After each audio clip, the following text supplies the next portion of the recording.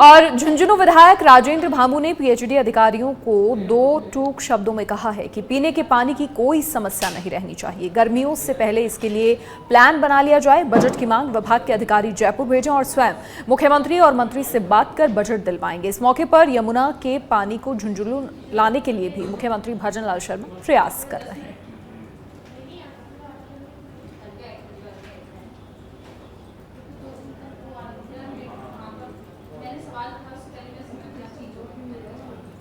और दौसा की सिकराय विधायक विक्रम बंशीवाल ने मानपुर चौराहे पर 36 लाख रुपए की लागत से बनने वाली सड़क का शिलान्यास किया।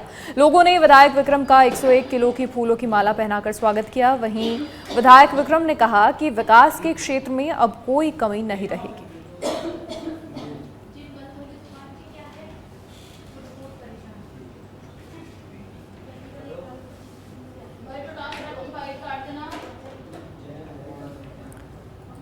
तो लोगों ने एमएलए को 101 किलो की फूलों की माला यहां पहनाई और इस दौरान 36 लाख रुपए की लागत से बनने वाली सड़क का शिलान्यास हुआ।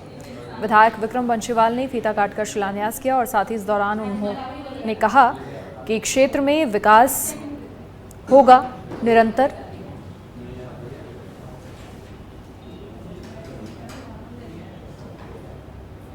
और अब जयपुर से खबर, जहां आरटीओ प्रथम राजेंद्र सिंह शेखावत का बड़ा फैसला। आरटीओ में व्याप्त भ्रष्टाचार को रोकने के लिए एक बड़ी पहल।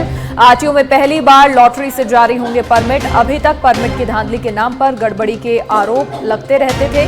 17 फरवरी को 1 बजे 35 नंबर रूट के लिए खोली जाएगी लॉटरी। मॉडल कंडीशन वाले वाहनों को लॉटरी में शामिल नहीं किया जाएगा। सभी आवेदकों को नोटिस जारी किया गया।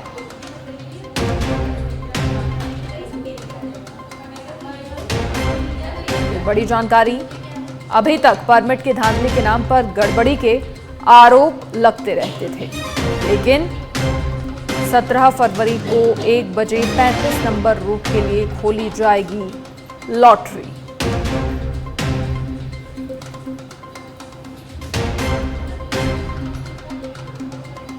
बीकानेर के खाजूवाला में सिंचाई पानी की मांग को लेकर पुगल उपखंड मुख्यालय पर धरना प्रदर्शन किया गया। पूर्व मंत्री गोविंद राम मेघवाल के नेतृत्व में किसानों ने प्रदर्शन किया। इस प्रदर्शन से पहले अंबेडकर भवन पुगल में एक बैठक का आयोजन हुआ। तो पूर्व मंत्री गोविंद राम मेघवाल के नेतृत्व में ये प्रदर्शन, सिंचाई पानी की मांग को लेकर प्रदर्शन।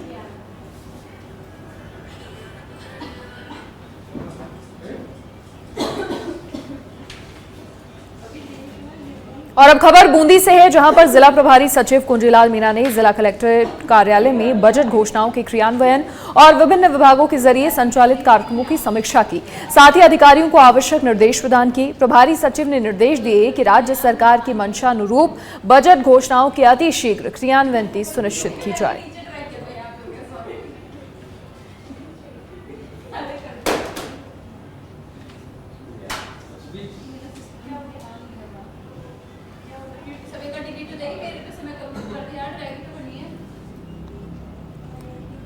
विहान तालुका ने एक अद्वितीय उपलब्धि हासिल की है, जिसने इंडिया बुक, एशिया बुक और वर्ल्ड रिकॉर्ड में स्थान दिलाया है। विहान तालुका ने 64 टेक्सटाइल प्रिंट्स के नामों को फ्लैश कार्ड्स पर पहचाना और याद किया, जबकि वो ब्लाइंड फोल्डेड थे, और 196 देशों के झंडों को फ्लैश कार्ड्स पर पहचाना और याद किया, जबकि इस दौरान वो ब्लाइंड फोल्डेड थे और सबसे तेज समय में ये मुकाम उन्होंने हासिल किया है। इन रिकॉर्ड्स को 6 जनवरी 2025 को influencer book of world records में आधिकारिक तौर पर मान्यता दी गई।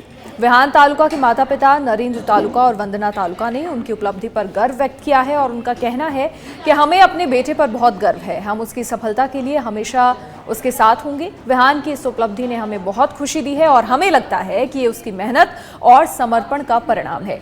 इस उपलब्धि के साथ विहान तालुका ने न केवल अपने लिए बल्कि परिवार, समाज और देश के लिए भी अच्छा काम किया है, देश को भी गौरवान्वित किया है।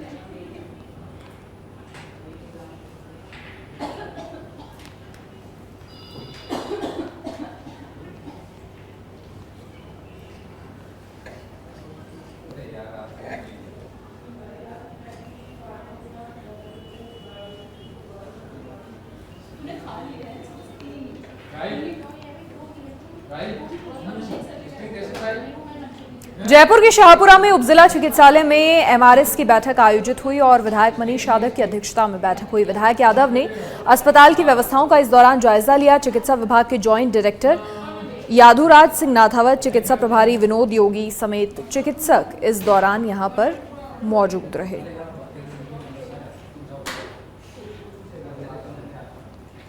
तो विधायक मनीष यादव ने इस बैठक की अध्यक्षता की और साथ ही अस्पताल की व्यवस्थाओं का भी जायजा लिया। पूरा स्टाफ इस दौरान मौजूद रहा।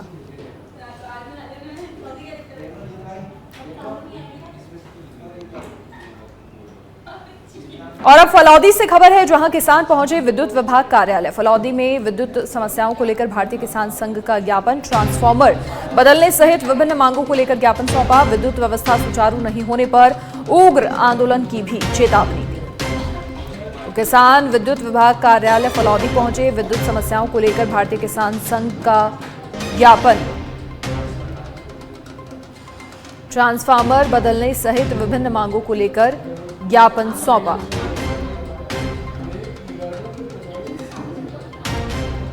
और अब खबर कोटा से है, जहां इंडियाज गॉट टैलेंट शो में पेरेंट्स पर भद्दे कमेंट्स के मामले में ये पूरा शो विवादों में घिर गया है। Social media platform YouTube, Instagram आदि पर कॉमेडी शो के तहत अश्लीलता फैलाने का आरोप है। स्थायी निवासी और जिला एवं सत्र न्यायालय के अधिवक्ताओं ने नयापुरा थाने में कार्रवाई करने के साथ तुरंत प्रसारण रोकने की मांग की। आज कोटा शिक्षा की नगरी है। यहाँ 1-2 लाख बच्चे आते हैं, अपना करियर बनाने के लिए आते हैं। कल को आप इन चीज़ों में अग्रसर करेंगे बच्चों को तो उन पे क्या इम्पैक्ट पड़ेगा। आज हमने यहाँ पे परिवार दिया है, साथ ही हम राजस्थान की महिला आयोग को भी ये एक लेटर भेजेंगे और बाल संरक्षण विभाग को भी ये लेटर भेजेंगे कि इनके खिलाफ सख्त से सख्त कार्रवाई की जाए। समय रहना और इस प्रकार के जो यूट्यूब पर अश्लील ताकि बातें करने वाले जितने भी स्टैंड अप कॉमेडियन हैं उनके ऊपर सख्त से सख्त कार्रवाई की जाए, इसकी हम मांग करते हैं। और सूचना और प्रसारण मंत्रालय से भी इसका निवेदन करेंगे कि इस प्रकार के चैनल पे इसको बिल्कुल प्रसारित ना किया जाए। इस तरह के यूट्यूबर को बैन करना चाहिए। और ये जो विषय है कि माता पिता, वो कम से कम हिंदुस्तान एक ऐसा देश है जिसमें गुरु और माता पिता को ईश्वर से भी बढ़ के दर्जा दिया गया है, तो इस तरह की कोई टीका टिप्पणियां नहीं। झुंझुनू शहर में लगातार हो रही चोरियों को लेकर डीआईजी शरद चौधरी गंभीर हैं। उन्होंने चोरियों पर अंकुश लगाने और अब तक हुई चोरियों को रोकने को लेकर एक विशेष बैठक की। इस दौरान अब तक हुई चोरियों को लेकर की गई कार्रवाई की समीक्षा भी हुई और साथ ही डीआईजी ने निर्देश दिए कि चोरियों के खुलासे के लिए विशेष टीमें लगाई जाएंगी। चिंता का विषय है कि विगत 1 महीने 15 दिन से देखने में आया है कि एकदम से शहर में, कस्बे में चोरियों की संख्या में इजाफा हो रहा है, बढ़ोतरी हो रही है। इसी को देखते हुए मेरे द्वारा कल additional SP, CO city, SHO कोतवाली इत्यादि की बैठक ली गई और बैठक में मैंने ये निर्णय लिया है कि हमारे पास रात्रि गश्त के जाब्ते की बहुत कमी थी। हमें पहले होमगार्ड मिलते थे, अब मिल नहीं रहे। हमें जनता का सहयोग मिलता था जिसमें कई प्राइवेट चौकीदार होते थे, उनकी भी संख्या में निरंतर गिरावट हो गई। तो सबसे पहले, इसके पहले कि मैं जनता से कहूं कि वो गश्त में कोई प्राइवेट आदमी लगाएं, उसके पहले मैं स्वयं अपनी तरफ से। झुंझुनू में गत दिनों शहर के पीपली चौक के समीप एक ट्रैक्टर ट्रॉली में भरे हुए चारे में आग लग गई थी। इस आग पर काबू पाने और बंद रास्तों को खुलवाने में पुलिस के अधिकारियों ने धुएं के बीच पसीना बहाकर कार्य किया। 6 पुलिस अधिकारियों और पुलिस जवानों को डीआईजी शरद चौधरी ने अपने कार्यालय में बुलाया और सभी को प्रशस्ति पत्र देकर सम्मानित किया। वहीं नगद पुरस्कार की भी घोषणा की। ट्रैक्टर की ट्रॉली जिसमें काफी सारा पराली, भूसा इत्यादि भरा हुआ था और वो झुंझुनू शहर के बीच से गुजरा और पिपराली या पीपली चौक के पास में शायद ऊपर जो हाई टेंशन वायर थे उससे वो टच हुआ और अचानक उसमें भूसे में आग लग गई। इस सूचना पर एसएचओ सदर और टीआई ट्रैफिक इंचार्ज के साथ में जो हमारा आरएसी का जाब्ता था, कंट्रोल रूम पे रहता है, वो तुरंत मौके पर पहुंचा और वहां मौके पे स्थिति को काबू। प्रतापगढ़ की छोटी सादड़ी में अपर जिला और सत्र न्यायालय में उच्चतम न्यायालय और राजस्थान सरकार के निर्देशानुसार एडीजे योगेश यादव ने न्यायालय में अपना पदभार ग्रहण किया। समारोह में जिला एवं सत्र न्यायाधीश ओमी पुरोहित ने फीता काटकर एडीजे योगेश यादव को पदभार ग्रहण करवाया और इसके बाद न्यायालय परिसर का निरीक्षण भी किया गया।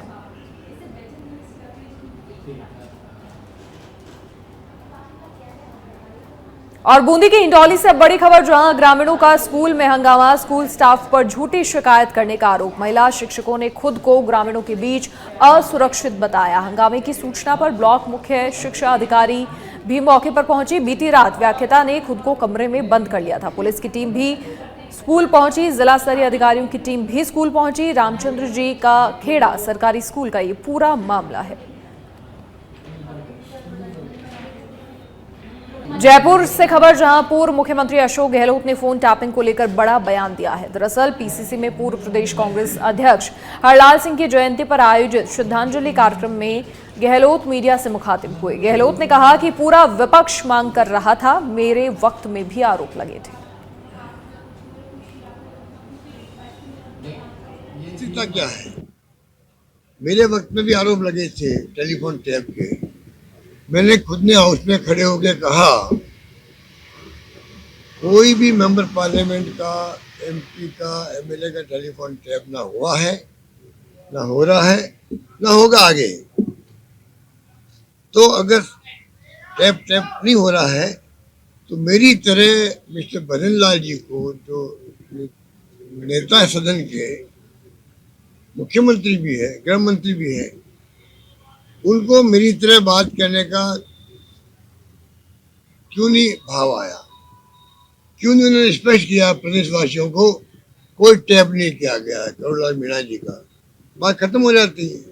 विपक्ष के साथी सहयोग करते, बहस होती तो बहस चल रही थी, अभिभाषण पर मिस्टर जूली जवाब देते, बोलते और मुख्यमंत्री जवाब सुनते। एक तरफा जवाब मिल रहा है मुख्यमंत्री जी का 2 घंटे तक। तो 2 घंटे में क्या क्या बोले वो? अगर उनकी स्पीच को कोई आम नागरिक भी मंगाए असेंबली से, ऑनलाइन देखे तो लगता है ये मुख्यमंत्री की स्पीच है या नेता प्रतिपक्ष बोल रहा कोई। जो हमारी सरकार थी तो कटारी जी बोलते थे, उससे ही आगे बढ़ के इन्होंने भाषण दिया वहां पर, जो समझ के पर है। हमारे टेलीफोन टैप की परंपरा राजस्थान में नहीं, जैसे तो दादे के साथ में कानून भी अलाउ नहीं करता है टेलीफोन टैप करना किसी का, जब तक कि एंटी सोशल एलिमेंट है, उसके बाद आरोप है, उसके शक बना हुआ है। हाल ही में नेशनल टेस्टिंग एजेंसी ने जेईई मेन 2025 का रिजल्ट जारी किया है, जिसमें सीकर स्थित आईआईटी जेईई और नीट कोचिंग संस्थान पीसीपी यानी प्रिंस के विद्यार्थियों ने बड़ी सफलता हासिल की है। पीसीपी के त्रिवेंद्रम सिंह ने 99.94 परसेंटाइल और अरमान मेहर ने कक्षा 12वीं के साथ 99.94 परसेंटाइल अंक हासिल किए हैं। और इसी के साथ पीसीपी के 10 विद्यार्थियों ने 99.80 परसेंटाइल से अधिक अंक प्राप्त किए हैं। 56 विद्यार्थी ने 99 परसेंटाइल से अधिक अंक प्राप्त किए हैं। 128 विद्यार्थियों ने 98 परसेंटाइल से अधिक अंक प्राप्त किए हैं और 427 विद्यार्थी ऐसे हैं जिन्होंने 96 परसेंटाइल से अधिक अंक हासिल किए हैं। वहीं पीसीबी के नीरज कुमावत ने कक्षा 12वीं के साथ ही 99.90 परसेंटाइल हासिल किए हैं। ध्रुवी चौधरी ने 12वीं कक्षा के साथ 99.89 परसेंटाइल हासिल किए हैं। जय रांकावत की बात कर लें, 99.88 परसेंटाइल। इसके अलावा सक्षम गर्ग ने 99.86 परसेंटाइल, महेंद्र काला ने 99.85 परसेंटाइल, मनीष बाजिया ने 99.84 परसेंटाइल और उदित मान ने 99.84 परसेंटाइल हासिल किए हैं। राहुल कुमावत ने 12वीं के साथ 99.83 परसेंटाइल अंक हासिल किए हैं। साथ ही बता दें, प्रविष्ट विद्यार्थियों की संख्या के आधार पर पीसीपी प्रिंस का ये रिजल्ट देश के सर्वश्रेष्ठ रिजल्ट में से एक है। विद्यार्थियों की शानदार सफलता पर पीसीपी में जश्न का माहौल रहा। शानदार आतिशबाजी की गई और विद्यार्थियों ने डीजे की धुन पर जमकर डांस किया। जेईई मेन जनवरी 2025 रिजल्ट में पीसीपी के स्टूडेंट्स ने फिर से सफलता के नए कीर्तिमान बनाए। पीसीपी के त्रिवेंद्रम सिंह एवं अरमान मेहर ने कक्षा 12वीं के साथ ही 99.94 परसेंटाइल अंक हासिल किए। इसी प्रकार 10 स्टूडेंट्स ने 99.80 परसेंटाइल से अधिक अंक हासिल किए। 56 स्टूडेंट्स ने 99 परसेंटाइल से अधिक अंक हासिल किए। रिकॉर्ड 128 बच्चों ने 128 स्टूडेंट्स ने 98 परसेंटाइल से अधिक अंक हासिल किए। और अपने आप में बड़ा फिगर 427 427 स्टूडेंट्स ने 96 परसेंटाइल से अधिक अंक हासिल किए। प्रविष्ट विद्यार्थियों की संख्या के आधार पे अगर गहराई से एनालिसिस किया जाए तो पीसीपी का यह रिजल्ट कोचिंग नगरी सीकर का बेस्ट रिजल्ट है और मैं कह सकता हूं देश में